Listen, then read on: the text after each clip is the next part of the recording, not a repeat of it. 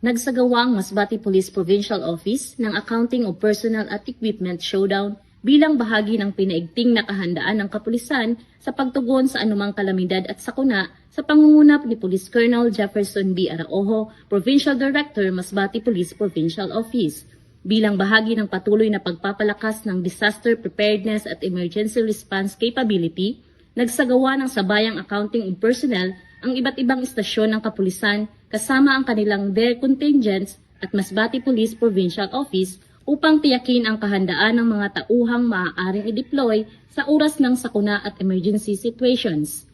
Kasabay nito, isinagawa rin ang equipment showdown kung saan sinuri ang kondisyon at functionality ng mga disaster response equipment, rescue tools, communication devices, emergency vehicles at medical supplies na ginagamit sa search and rescue operations.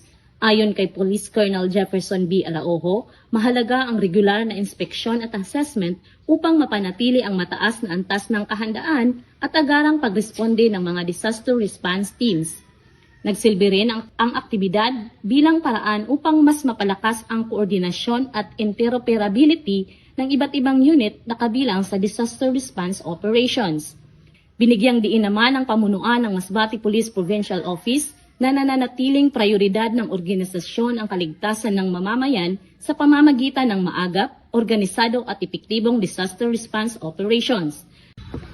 Nakakatiyak ang publiko na ang kapulisan ng Masbate PPO ay nananatiling nakaalerto at handang tumugon ang lahat ng DARE contingents sa anumang oras ng pangangailangan. Ako po si Police Corporal Danet R. Alba, nag-uulat para sa Police News Network. At ito ang bagong PNP para sa bagong Pilipinas, serbisyong mabilis, tapat at nararamdaman.